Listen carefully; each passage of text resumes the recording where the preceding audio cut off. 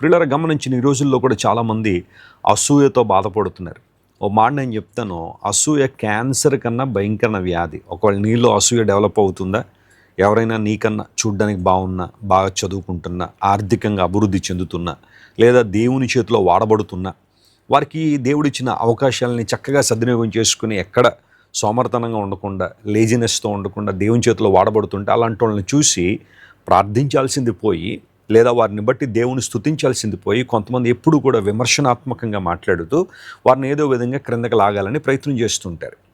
నువ్వు అసూయకి గురైతే తప్పు లేదు, కానీ నువ్వే అసూయ పడుతుంటే మాత్రం చాలా డేంజర్లో ఉన్నావు, చాలా అపాయంలో ఉన్నావు.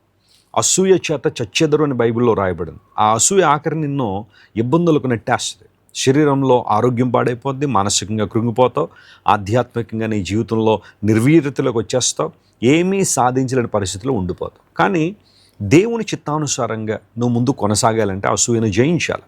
పరిశుద్ధాత్మ దేవుని యొక్క సహాయంతో, ఆయనతో నువ్వు సహవాసం చేస్తున్నప్పుడు, ప్రార్థనలు ఎదుగుతున్నప్పుడు, నీ మోకాళ్ళు దేవుని సన్నిధిలో ఉంచినప్పుడు, లేఖనానుసారంగా నువ్వు జీవించడం మొదలుపెట్టినప్పుడు అసూయను చాలా ఈజీగా నువ్వు జయించవచ్చు. దేవుడు నీకు అలాంటి సహాయం చేస్తాడు.